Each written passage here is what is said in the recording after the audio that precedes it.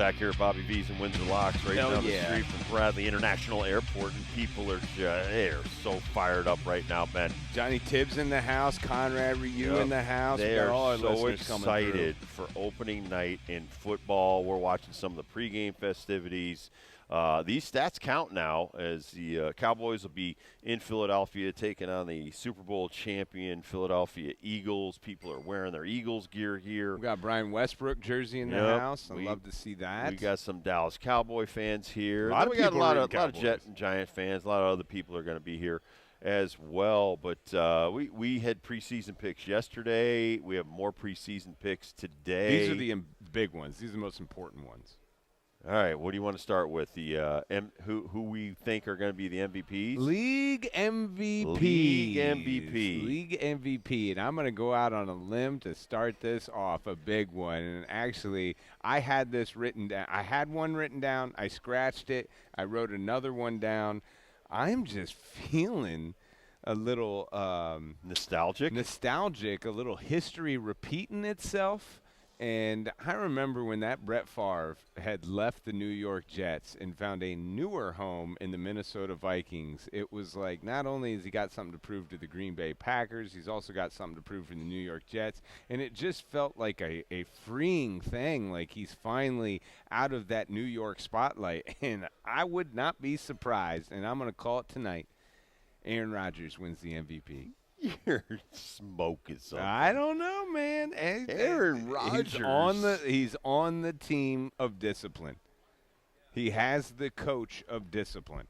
He does. And that coach loves his defense and loves running the football. I feel like he's going to leave the passing game alone and let Aaron do it. Plus, I think the DK Metcalf reunion or matchup, I guess they're not reunited, but the pairing of DK Metcalf and Aaron Rodgers is going to be something special. All right, Aaron Rodgers won his fourth MVP in 2021. The one I scratched out, also from the AFC, I think it's going to be a big year for your guy, Joe Burrow.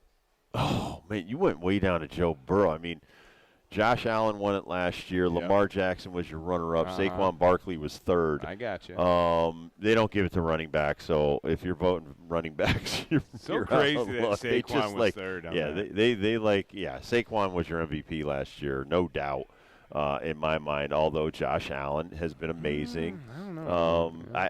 I think you have to propel your team to the Super Bowl. I think they vote too early on the MVP, because I could even say Mahomes last year should have been higher up in the MVP. Yeah, he doesn't put up the numbers, but he doesn't lose football games. Yeah. And that's because he's so cerebral, so smart. He figures out a way to beat you, and it doesn't have to be with 350 yards and 4 touchdowns. It could be with 200 yards, 2 touchdowns. You run it in for a couple, he runs in another one. I mean, he's an exceptional football player.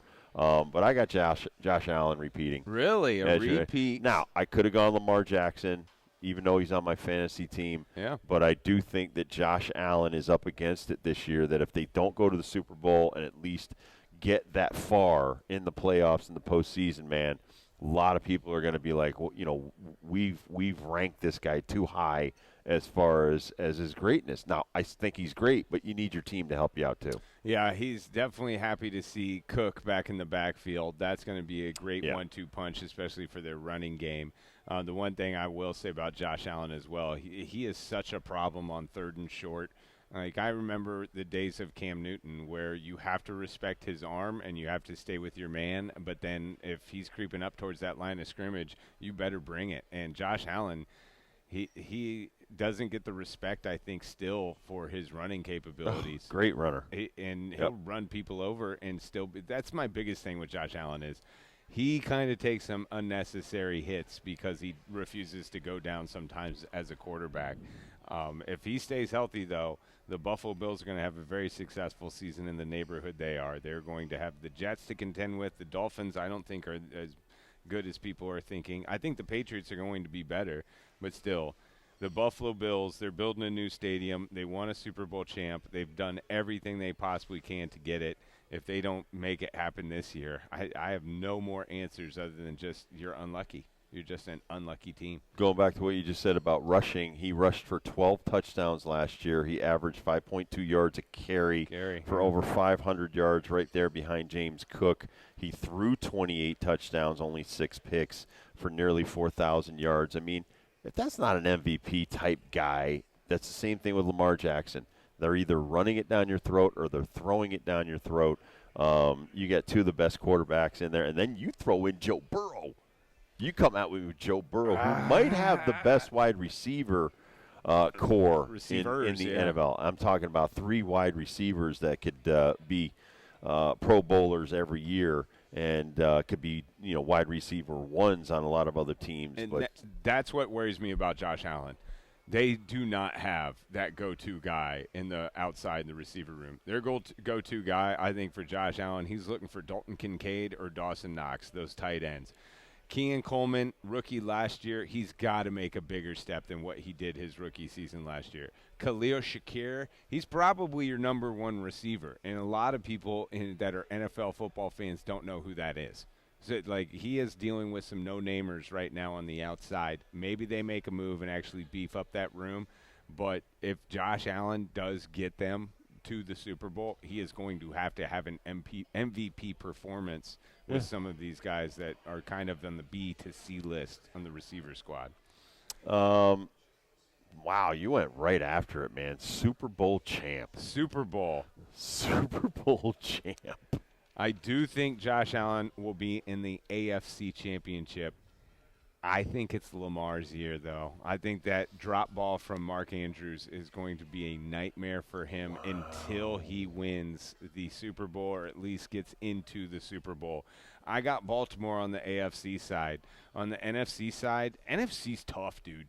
When I'm breaking down the teams in the division, there are a lot of question marks and there are a lot of wild cards.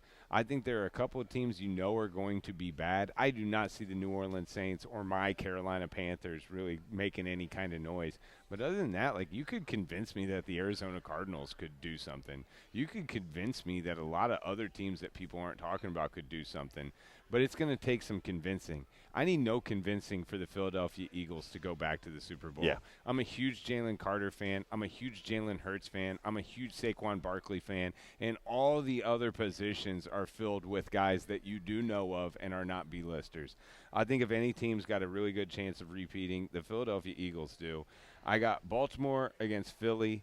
I'm going to take my man Lamar, man. I'm going to take Baltimore Super Bowl champs. Lamar Jackson, the Super Bowl MVP, but not the league MVP. Yeah, I got Buffalo versus the Eagles in the Super Bowl. Buff versus Eagles, okay. And I think you could flip a coin to who wins that football game. I think someone's got to be healthy. You want Buffalo, don't you? I want Buffalo. All right, I'm giving you Buffalo. But A.J. Brown is on my fantasy team. Saquon, I adore him. I think one of the biggest mistakes the Giants will be remembered for is letting that guy stay in the division over a couple of million. I mean, we're not talking 50 million. We're not talking 40 million. We're talking about 2 or 3 million annually per year to keep Saquon Barkley. And you said no. Go out there and the phone call can be played over and over and over if you want to hear it. Where the GM is basically saying, "Hey, if you could make a better deal, go out there and find it." It's shocking to me that happened to Saquon Barkley. And like you said, Jalen Hurts, he's the quietest, most valuable player you'll ever see. This guy does everything. He's also a beast in the weight room. And to have that guy as your leader, you couldn't have a better leader at quarterback than Jalen Hurts. So I think you got the Eagles and the Bills. And the Bills, both teams, the Eagles and the Bills, they have riches in talent and talent for days, and it's just a question of staying healthy. If one of these guys goes down, if Hurts goes down or Josh Allen goes down, they're cooked. But I think that you have some of the best young players on those two teams in the NFL. I think the Eagles could survive Jalen Hurts. Sam Howell, Tanner McKee, take your pick, but I would literally just run with Saquon Barkley. I'd rather have Saquon Barkley, Wildcat. I think I'm winning a couple games there. Let him throw a couple. Winning a couple games there. But you're right. Injuries definitely will play a factor, as they always do in the NFL, which stands for not for long. All right, Dibbs has got the Bills. I got the Ravens. We both got the Philadelphia Eagles repeating as NFC champs. Do you have any wild predictions going into the year? I do. I think the Denver Broncos win the West. Broncos win the West. I think Bo okay. Nix, Sean I like Payton, that. I think they have enough to squeak out the West this year. Wow, I do like that. All right, I'm going to I stick think something with bad's that. about to happen to KC. I really do. You're like Billy Madison and a Doyle. Doyle, I think something bad's really going to happen to your family really soon. I'm kind of with you on a wild division winner pick. I got my Bears winning the North. I think Caleb Williams and them boys. Not a shoddy pick. I don't think like that's out I of the almost realm said of something impossible. about the Bears, right? The Bears, I wouldn't be surprised. The Bears in the NFC, in an unpredictable NFC, they could find themselves playing the Eagles in a significant playoff game. I like Caleb Williams. I like the pieces they put around him. I love their offensive line more than anything this year. Yep. But they are set up. And I'm a fan of this Johnson guy. They put a head coach that was been running the offense for the Detroit Lions the last couple of years. I think the worst thing that the Bears did last year as a rookie was with Caleb was that whole Hard Knocks thing. Was just stupid. There's no reason for a camera to be following a young cat around while he's trying to make his bones. I think last year he paid his dues, and now this year he's got to go out there and put up some numbers. I got a wild prediction that there will be a game where an NFL team does not have a kicker for one reason or another, and they allow another person who is not listed as a kicker, maybe a safety, maybe a lineman, maybe a receiver, actually kick a field goal, not an extra point. I'm talking a field goal, and that person makes it. We will have a non-kicker field goal in 2025 for the NFL this year. Well, I think so. We've had so many damn everyday players pitch in the major leagues. In fact, there's one kid on one team that has thrown in 6 or 8 games for the Marlins this year. An everyday player. Love it. Oh, yeah. Love it. It's been absolutely absurd. But think about that's how many times you've been blown out that you have to actually keep bringing in these everyday players to finish out these games. It's kind of embarrassing, but at the same time, it's like you said, get some offensive linemen or defensive linemen to go out there and kick one 30 yards for 3 points. It's a lot easier than you think, man. I also believe Myles Garrett will break the single-season sack record this year. It is sitting right now at 22. I just had it up. I think it's 22 and a half. T.J. Watt set that in 2021. I think that Myles Garrett gets 23 sacks this year for the Cleveland Browns. It's my bold prediction. We got NFC South. We got Tampa Bay winning that because I don't like the Falcons, Saints, or the Panthers. Yeah, I got Tampa Bay, our guy Baker. Is that the worst division? Yeah. By far, has been since those divisions have been made. I think the NFC South has been the worst one. I found this guy last night, Cody Mauch. They got from North Dakota State. He went to North Dakota State as a tight end and developed into an offensive lineman, one of their top offensive lineman picks. But the story that I love is he lost his 2 front teeth playing basketball in 8th grade. Never got them replaced. He's got a contract now worth millions of dollars. Don't expect him to put his teeth back in. He is going to play without his front 2 teeth. Does he have a flipper? Nope. Meaning, a little retainer that he's got no front teeth ever. Just got a great smile. He's my man. He is my new fave, dude. That dude is awesome. Look out for him this Sunday. Playing for Tampa Bay. Reminds me of Bobby Clark from the old Philadelphia Flyers. Yeah. Yeah, definitely. He was missing 4 front teeth. Yeah. Not just, a couple.